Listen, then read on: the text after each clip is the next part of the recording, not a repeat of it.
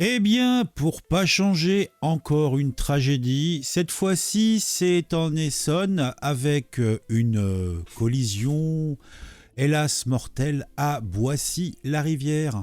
D'un côté, on a un couple de sexagénaires qui s'est retrouvé passé ad patresse puisqu'ils sont tombés sur un adolescent de 15 ans qui était dans un véhicule sur une route de campagne. Bien sûr, à 15 ans, c'était sans permis. Le bonheur. En tout cas, il y a eu un choc frontal et les deux sexagénaires sont partis vers un monde meilleur. Alors, est-ce que c'est une solution qui nous est apportée par le gouvernement pour régler le problème des retraites ? Puisque ça se trouve, ils étaient jeunes retraités. Dommage.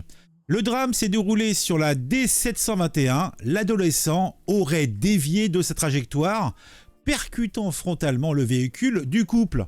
Alors, comme je l'ai dit, est-ce que ce n'était pas intentionnel? Puisque manifestement, un jeune de 15 ans veut avoir à son âge, plutôt à l'âge où il y aura la retraite, si un jour il y a la retraite, pouvoir bénéficier de quelques émoluments. Et peut-être qu'il s'entraînait pour débuter une carrière de nettoyeur, comme qui dirait. Mais bon, je plaisante, mais tout cela n'est pas drôle, puisque, hélas, les victimes étaient en arrêt cardio-respiratoire quand les pompiers sont arrivés sur place. De son côté, le jeune conducteur de 15 ans est grièvement blessé. Comme je l'ai dit, sans permis de conduire, il a été évacué en urgence absolue. On espère qu'il va se remettre. La police enquête sur les circonstances du drame, mais hélas, tout cela me semble cousu de fil blanc.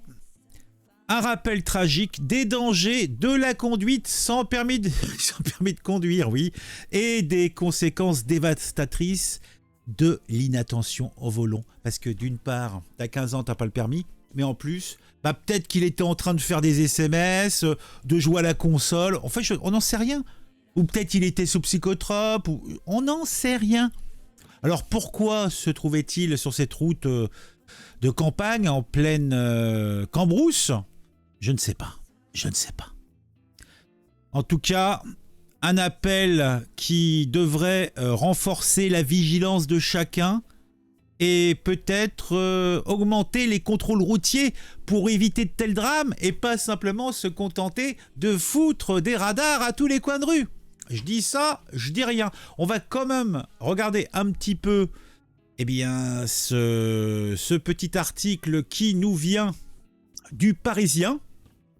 Dramatique collision ce week-end en Essonne. Un accident survenu sur la D721 fait 2 morts et un blessé grave dans la nuit de samedi à dimanche. Une enquête a été ouverte. Il était à peu près minuit ce 10 décembre quand l'alerte a été donnée. Un violent face-à-face venait de se produire sur la route départementale à hauteur de Boissy-la-Rivière. À leur arrivée, les sapeurs-pompiers du secteur ont pris en charge les 3 victimes. Parmi elles, un couple de sexagénaires. Oh là là, 60-62 ans. Ils n'auront même pas bénéficié de leur retraite. Présents dans le premier véhicule, étaient en arrêt cardio-respiratoire. Malgré les efforts des secouristes, leur décès a été prononcé dans la nuit par le médecin. Urgentiste du SMUR d'Étampes. Le couple habitait une commune du Loiret, précise le maire de Boissy, Dominique Leroux. L'adolescent aurait dévié sur la gauche. Ah, encore un gauchiste. Tout cela n'est pas beau, tout cela n'est pas propre. Dans l'autre voiture se trouvait un adolescent de 15 ans. Mais qu'est-ce qu'il foutait dans une voiture à conduire? Ça, on se demande toujours. Seul au volant et donc sans permis de conduire. La jeune victime, est-ce que on peut l'appeler une victime? Moi, j'aurais tendance à l'appeler un bourreau, puisque bon, elle avait rien à faire là. Elle était inconsciente. Elle a zigouillé 2 personnes. Franchement, moi, je n'ai pas de mots assez durs. Comme je dis, le drame, il est pour ceux qui restent, il est pour sa famille. Ce gamin de 15 ans avait un papa, une maman, des frères, des sœurs, etc.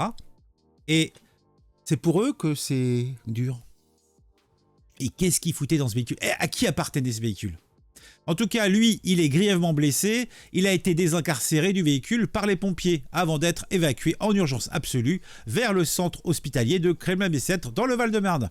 Son pronostic vital était alors engagé. Donc cela inciterait à penser qu'il n'est plus engagé.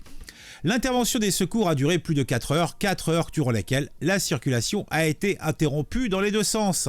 Une enquête a été ouverte à la compagnie de gendarmerie d'Étampes pour tenter d'éclaircir les circonstances de ce choc fatal. Selon les premières contestations réalisées sur place, le garçon de 15 ans, engagé sur cette longue ligne droite à travers champs, aurait dévié de sa trajectoire pour percuter de plein fouet la voiture du couple. Peut-être qu'il s'est endormi, il utilisait son téléphone, il a eu un malaise. Les raisons de cette inattention restent incertaines. De mémoire du maire de la commune, il s'agit de l'accident le plus violent sur cet axe ces dernières années. Il faut remonter à 2015 pour trouver trace d'un drame similaire à Ormois-la-Rivière, la commune voisine. 3 personnes avaient trouvé la mort dans un accident impliquant 3 véhicules. Bon, alors pourquoi je vous parle de ça ? Vous pourrez dire, mais pourquoi il nous parle de ça? C'est un fait divers somme toute assez banal. Oui, c'est un fait divers assez banal. Mais il est... on va dire récurrent. C'est qui ces gamins, c'est qui ces gens qui conduisent sans permis de conduire? À qui appartenait ce véhicule? On va pas parler de l'origine du gamin, parce que là, franchement, bon, on pourrait dire, oui, c'est encore un mec à casquette et tout ça. Non, ça peut être n'importe qui. Puisqu'on est en Essonne, quelle était la raison de cet usage de véhicule? Qu'est-ce qu'il foutait à minuit passé sur cette route? Toutes ces questions seront intéressantes. Est-ce qu'on aura un jour le fin mot de l'histoire? C'est pas certain. Mais moi, quand je vois des faits divers de ce type-là, et hélas, on n'en voit que trop souvent, je me pose toujours des questions. Pourquoi? Comment? Comment on en arrive à de tels événements? Et d'ailleurs, les deux vieux, ils viennent du Loiret. Qu'est-ce qu'ils venaient ici? Ils venaient voir leurs enfants? Ils allaient au Euro Disney? Enfin, j'en sais rien, moi. C'est intéressant, non? Peut-être pour ça que je m'intéresse donc à l'actualité, aux faits divers. Parce que je suis curieux. Allez, mettez un j'aime, mettez un commentaire. C'est pour le référencement. Si vous appréciez mon travail, donc faites-le. Vous pouvez partager ça, ces différentes vidéos sur vos réseaux sociaux. Si vous me suivez régulièrement et que vous n'êtes pas encore abonné, ce n'est pas joli, abonnez-vous sans attendre et activez la petite cloche. On se retrouve très vite pour une nouvelle vidéo sur un sujet qui m'aura intéressé et qui, je l'espère, vous intéressera aussi.